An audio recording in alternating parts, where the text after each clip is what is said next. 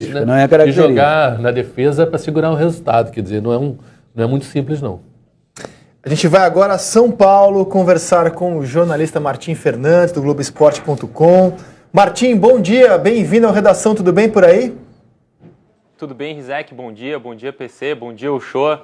E como diria Carlos Cereto, a quem eu tento substituir aqui, bom dia Redação. Agora sim. Sou na caixa, diretor, solte a sua voz, Martim Fernandes. Bom dia, bem-vindo ao Redação. Bom dia Rizek, bom dia PC, bom dia Uchoa. E como diria o Carlos Cereto, a quem eu tento substituir aqui, bom dia Redação. Beleza. No ar as pessoas estavam ouvindo em casa o Martim, a gente não estava ouvindo aqui no estúdio, por isso que eu me comuniquei aqui com o nosso diretor. Ô Martim, você já fez o teste da prancheta, não? Se você quiser, eu arremesso aqui para você, ó. E você me disse prancheta Kika. O que você nos conta de mais um episódio que se tornou público? Devem ter outros que a gente não sabe, do que a gente pode chamar de uma crise nos bastidores do São Paulo. Ou exagero ao falar em crise, Martim? Não, acho que não é exagero falar em crise não, Rizek. Tem uma crise de resultados, uma crise de relacionamentos. A gente estava até conversando ontem aqui, tem que ouvir o Joel Santana sobre esse assunto, né? Sobre o correto uso da prancheta.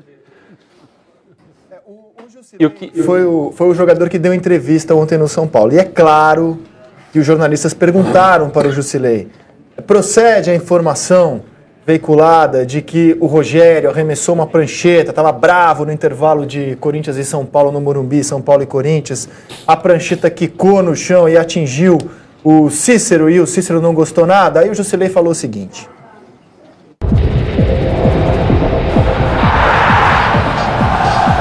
o Rogério chegou chateado no jogo, sim, claro, porque a gente estava perdendo, ele chegou chateado e, dando esporro, né, falar bem nada, dando esporro na gente, porque a gente estava fazendo um jogo bem abaixo do esperado dentro do Morumbi.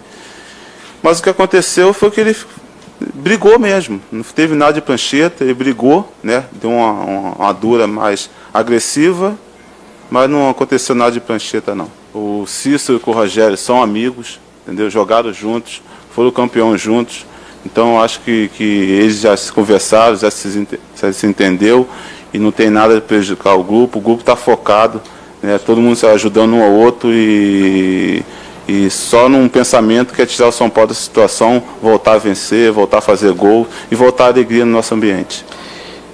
Só para deixar claro, então você confirma, aconteceu realmente esse fato? Do da quê? Prancheta? Da prancheta? Que Qual ele citou? prancheta? Que ela quicou e acabou batendo no Cícero?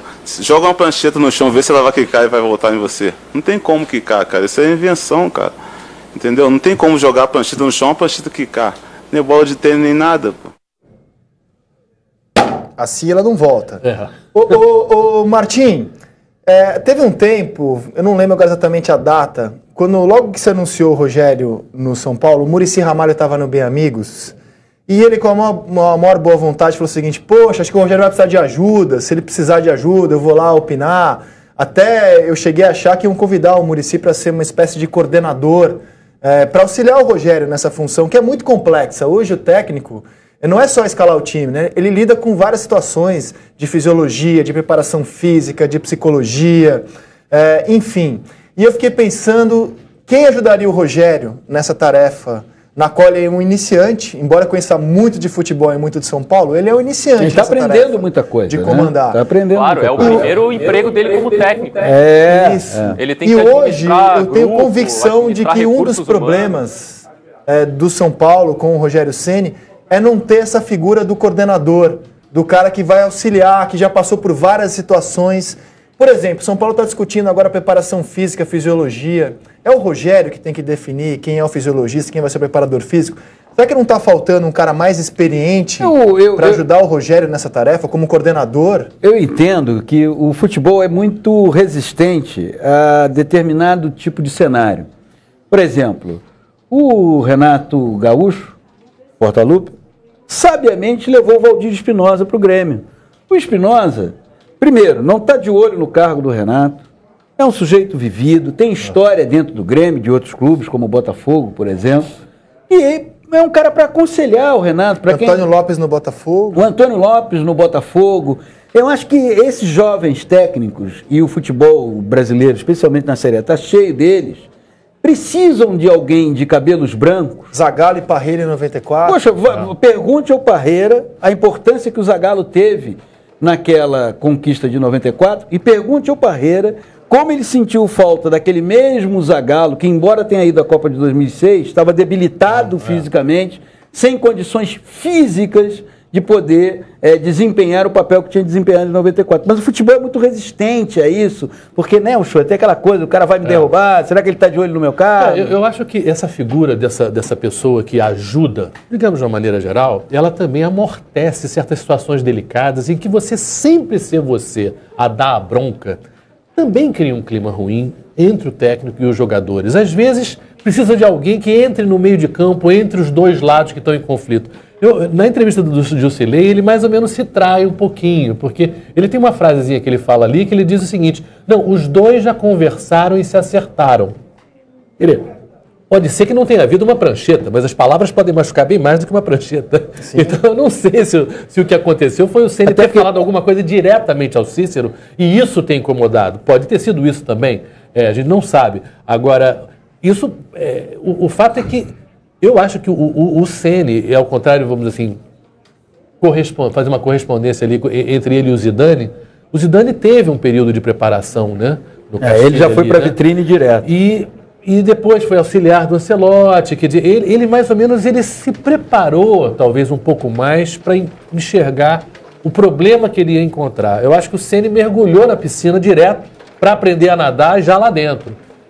O período dele de preparação foi relativamente pequeno, né? Foi bem pequeno, na verdade, alguns mesezinhos. Eu acho até que ele se preparou ao longo da vida para isso. Sim, não tem mas dúvida. Outra coisa é quando você é o cara que tem que decidir. Totalmente diferente. Concordo com você. E longe o show de querer fazer uma defesa de reserva de mercado, o Rogério convidou para auxiliá-lo 2 profissionais de fora do Brasil.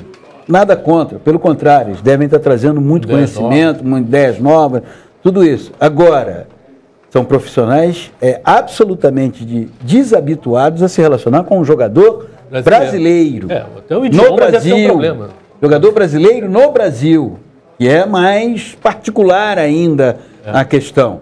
Eu não estou querendo dizer que o jogador brasileiro é melhor ou pior do que esse ou do que aquele, mas ele tem lá as suas características, e é claro que quando você traz alguém habituado a conviver com jogadores na Europa, esse profissional também tem um choque. Tem a questão do idioma, que a gente Básica, falou, né? do Filipão na Europa, do Vanderlei Luxemburgo na Europa, a questão de não ter uma comunicação tão ali boa para gerir exatamente essas discussões, esses problemas que inevitavelmente existem, como a gente falou, até em times vencedores, como foi o caso que você citou do Palmeiras e do Corinthians. Então, esse problema, nem esses auxiliares não são capazes de ajudar o Ceni nessa hora. O Palmeiras, ano passado, campeão brasileiro, teve vários desentendimentos. É normal. Vários, envolvendo direção e Cuca, vários desentendimentos. Diga, Martim. Eu estava te ouvindo falar antes sobre o Palmeiras de 93, 94, o Corinthians de 99, 2000, times que ganharam tudo e que havia vários problemas de relacionamento. A diferença para este São Paulo é que as notícias vazaram em tempo real, enquanto o Rogério ainda está lá, os jogadores ainda estão lá. Essas histórias que a gente conhece sobre o Corinthians, sobre o Palmeiras, vieram a público muito tempo depois, né? Enquanto os times estavam ali jogando, a gente não ouvia falar disso, a gente foi saber depois. O que é preocupante, assim, para o torcedor do São Paulo é que as coisas já começam a vazar em tempo real, quase. Agora, Martim, que análise você faz desse ambiente tão conturbado? O São Paulo também tem, na sua diretoria de futebol, pessoas que eu acho que são muito bem intencionadas, mas são inexperientes também nessa função de gerir grupo de futebol, time de futebol. Qual é a visão que você faz, o diagnóstico que você faz desse momento do São Paulo? Isso também é um fato, né? O diretor de futebol do São Paulo também é um novato na função. E o que é mais preocupante do São Paulo para o resto do campeonato é que o time teve quase 20 dias para treinar depois da eliminação no Campeonato Paulista na Copa do Brasil, e o time piorou. E na Sul-Americana o time piorou, o time não melhorou. O Rogério teve tempo para treinar, teve tempo para buscar alternativas e o time piorou. Então eu acho que a situação do São Paulo é grave, sim, tem uma crise de resultados, sim. Mas a saída é manter o Rogério, bancar o Rogério, pressioná-lo, obrigá-lo a mostrar mais resultados e ver o que vai acontecer até o final do contrato dele. Engraçado, André, que ano passado, o São Paulo estava mergulhado numa situação muito complicada E aí até para dar saiu o Ricardo Gomes, até para dar um norte, o São Paulo trouxe o Marco Aurélio, que já foi médico do clube e é intimamente ligado ao São Paulo. O Marco Aurélio ficou um tempo e saiu. Talvez esteja... O futebol tem muitas particularidades, né? Talvez a saída do Marco Aurélio e o não preenchimento desse cargo tenha ali um buraco onde administrar crises, como você tratar essas crises, vai sair, vai vazar. Hoje é inevitável, né? Mas talvez falte alguém com um pouco mais de vivência de futebol para poder... Eu sou muito fã do Ancelotti, né? Porque o Ancelotti era um cara que, com crises, sem crises, ele mantinha sempre uma calma, porque ele, inclusive, ele era capaz de admitir o seguinte: obviamente eu estou irritado, eu não perdi. Então, por que o São Paulo não consegue, a torcida, a diretoria, o Ceni, assumir uma irritação normal? Fomos eliminados em 3 competições, estamos começando ainda com futebol gaguejante e estamos tentando realmente acertar. Assume a irritação, assume que a gente não está jogando bem, assume que a gente quer melhorar, que eu acho que é uma coisa que a torcida pode perfeitamente entender, até porque a torcida está com o mesmo sentimento. Então, você pular de crise em crise, ou pular de fato em fato, de prancheta em prancheta, e não assumir a prancheta, quando eu falo prancheta aí metaforicamente, assumir a briga, assumir o problema, assume, tá mal, tem que melhorar. Ok, tá todo mundo chateado, vamos trabalhar. Puxou. E quando eu vi... Isso vai Martins, contra o... Não, que isso que o Show está sugerindo, que parece o mais sensato mesmo, vai contra o DNA do São Paulo, a natureza do clube mesmo. O clube se intitula soberano, sabe? É uma coisa muito difícil para o São Paulo ir e falar: olha, erramos, não estamos fazendo as coisas direito.